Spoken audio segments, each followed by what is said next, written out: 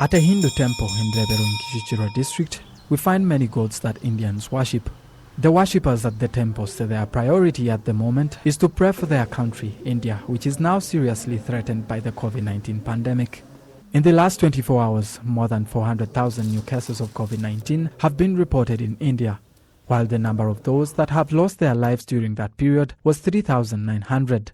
Prakash Kalavagada and Carol Shah are Indians who have lived in Rwanda for more than 15 years, and these say that they are concerned about the deteriorating situation in their country. The second wave which reached India, Indians are suffering very much, and we are praying God so that your corona will go, and everybody has to suffer from that, and we hope that after some time it will be everybody will be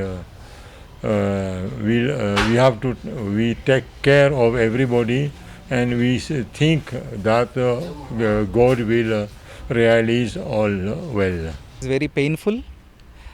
Daily above 400,000 cases.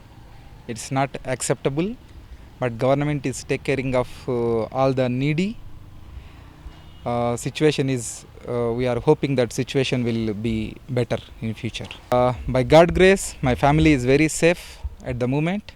They all got vaccinated in India. They are at home. In India, situation will definitely improve in coming 2-3 weeks because everyone is staying at home and taking the precautions, and most of them already got vaccinated, and the rest they are going to get vaccinated soon. Then the consumption when they stay at home, already lockdown is there in so many states. So now the situation will become better. Indians living in Rwanda say that the country is safe and are happy with the measures being taken to fight against the pandemic. Government is taking very good steps against the COVID, and we are controlling very so safely.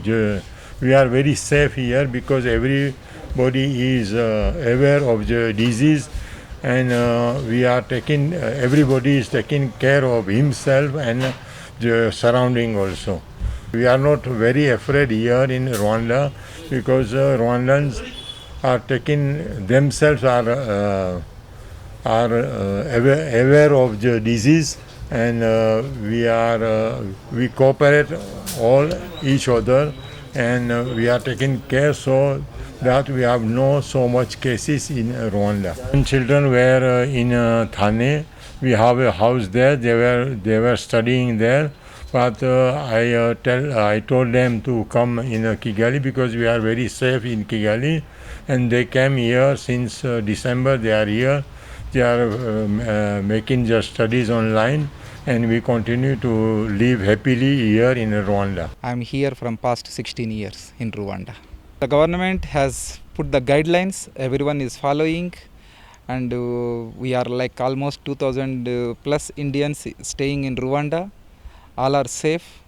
Everyone is feel that they got most of them they got vaccination from RBC. So here the situation is very safe, and we are happy to be in Rwanda.